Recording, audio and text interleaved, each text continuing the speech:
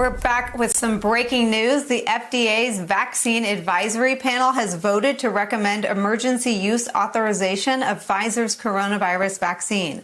The recommendation came after an all-day meeting of the panel, which is composed of independent scientific experts and infectious disease doctors. Among others, joining us to talk about this, Dr. Nahib Bhadelia, Associate Professor at Boston University School of Medicine and an MSNBC medical contributor. This is an important step, but it doesn't mean that tomorrow Americans start getting vaccinated. What does it mean?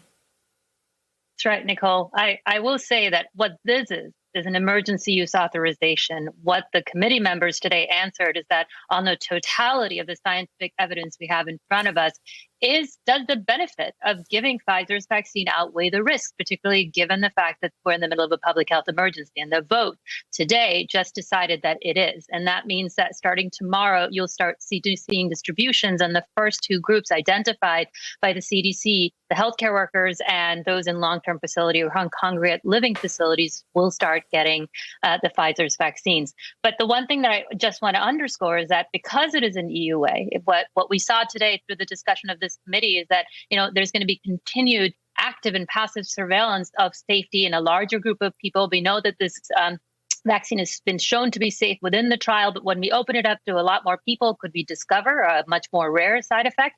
That happens in 1 in a million, for example. And so seeing CDC's plans on that was actually something that was very heartening. Dr. Bhadelia, we are, I believe, the third Western country to approve the Pfizer vaccine. The UK went first this week. Canada went second. Is there any correlation between the moment or the date that a vaccine is approved and the supply that's available to Americans? Or is all of that done ahead of these approvals? Well, we know that there isn't, Nicole, because we know that for most Americans, these vaccines will not make it in their arms until the spring, and not only that, but it will depend. Once the vaccine is released, it really will depend on whether the companies can keep up that manufacturing, whether we can get those distributions out to where they're needed, and whether we can get people to take those vaccines so that we can go from creation of these vaccines and the creation of this evidence base to actual vaccination-induced herd immunity.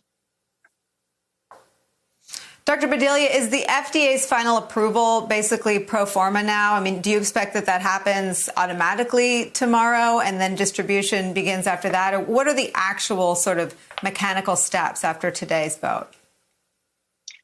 So the FDA will take into consideration the vote that happened today, and most likely they're going to adopt the recommendation from this independent committee.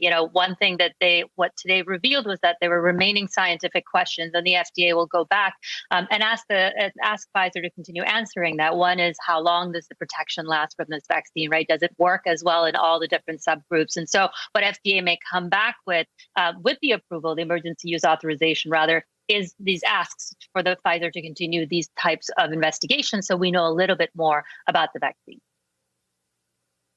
Hey there, I'm Chris Hayes from MSNBC. Thanks for watching MSNBC on YouTube. If you want to keep up to date with the videos we're putting out, you can click subscribe just below me or click over on this list to see lots of other great videos.